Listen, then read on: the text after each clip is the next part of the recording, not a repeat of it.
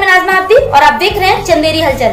देश प्रदेश से जुड़ी खबरों को देखने के लिए चंदेरी हलचल न्यूज को सब्सक्राइब करें, साथ ही बेल आइकन दबाएं। हमारे चैनल से जुड़ने के लिए दिए गए नंबरों पर संपर्क करें और बने रहिए हमारे साथ, देखते रहिए चंदेरी हलचल। और आइए अब एक नजर डालते हैं आज की इस खास खबर पर। जागो ओबीसी जागो इस नारे के साथ ओबीसी महासभा के पदाधिकारियों द्वारा 28 मई 2023 को भोपाल के मानस भवन में महापंचायत कार्यक्रम का आयोजन किया गया, जिसमें भारत की सबसे पुरानी राजनीतिक पार्टी राष्ट्रीय जनता दल बिहार के शिक्षा मंत्री चंद्रशेखर यादव जी को मुख्य अतिथि बनाया गया और ओबीसी कोर कमेटी सदस्य एडवोकेट भैरव सिंह लोधी, एडवोकेट धर्मेंद्र कुशवाहा, महेंद्र सिंह लोधी, प्रदीप चौरसिया, अरविंद दांगी और प्रदेश कार्यकारी अध्यक्ष ब्रजेंद्र सिंह यादव ने अपनी मुख्य भूमिका अदा की। इस दौरान शिक्षा मंत्री चंद्रशेखर यादव ने कहा कि सदियों से मनुवादी विचारधारा रखने वाले राजनेता ओबीसी, एससी, एसटी वर्ग के लोगों के साथ शोषण करते आए हैं और उनका हक अधिकार छीनने का प्रयास करते हैं और आज भी कर रहे हैं। इसलिए ओबीसी, एसटी, एससी वर्ग को एकजुट होकर इन मनुवादी विचारधारा रखने वालों के खिलाफ आवाज उठाने की आवश्यकता है, जिससे कि संविधान का सम्मान हो। और यह जब ही संभव हो सकेगा जब हर युवा इतिहास के बारे में, महापुरुषों के बारे में पूरी जानकारी रखेगा। उन्होंने समाज के लिए आखिर क्यों कुर्बानियां दी हैं, आइए और क्या कहा शिक्षा मंत्री चंद्रशेखर यादव जी ने प्रेस वार्ता में, जरा वो भी सुन लेते हैं। सत्य यह है, संपूर्ण भारतवर्ष में सामाजिक न्याय और समाजवाद कैसे मजबूत हो, हजारों साल से सताई गई जातियों का सम्मान कैसे हो, ये हमारे सामाजिक न्याय के योद्धा आदरणीय लालू प्रसाद जी का प्रयास रहा है। हमारे युवा और बेरोजगारों के लिए हर समय चिंतित तेजस्वी जी की संकल्पना है। हमारे समाजवादी पुरखे डॉक्टर रहिया भी, आचार्य नरेंद्र जी, आचार्य जेबी कृपलानी साहब, मधुरी में जी, पंडित जनेश्वर मिश्र जी, नारायण जी, हमारे यहाँ के बीपी मंडल साहब, जननायक कर्पूरी ठाकुर जी, जिनको आप लोग जानते हैं देश स्तर पर, सोशलिस्ट समाजवादी दल के नेता शहीद जगदेव प्रसाद जी, ये तो हजारों साल से सताई गई जातियाँ हैं, उनका अपमान आज तक हो रहा है और आज तक अपमान हो रहा है। और हम लोग बाबा साहब अम्बेडकर की धरती पर आए हैं, उनको नमन करता हूँ और ये क्रांतिकारियों की धरती रही। जो हजारों साल से सताई गई जातियाँ हैं, उनके अंदर शिक्षित होने का संदेश, संगठित होने का संदेश और संघर्ष करने का संदेश है। कुछ हद तक हम लोग शिक्षित हो भी गए, बहुत ज़्यादा तो नहीं हुए हैं, लेकिन कुछ हद तक शिक्षित हो भी गए, मगर संगठित नहीं है देश स्तर पर।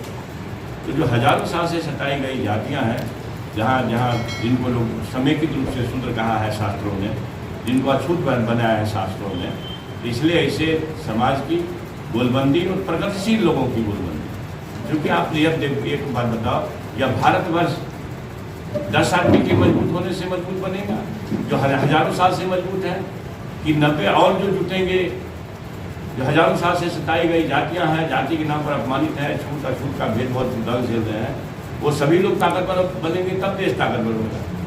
तो जो हमारे समाजवादी पुरखे जितने हुए, अगर 10 का नाम गिनोगे तो निश्चित रूप से 7 तो जोड़ आते हैं, ऊंची बिरादरी के लोग आते हैं। फिर उनकी क्यों उसकी चिंता थी आचार्य नरेंद्र की, आचार्य जेबी कृपलानी की, स्वयं डॉक्टर लोहिया की। डॉक्टर लोहिया भी तो उत्तर प्रदेश के अग्रवाल बनिया, तो ऊंची बिरादरी का लोग होते हैं।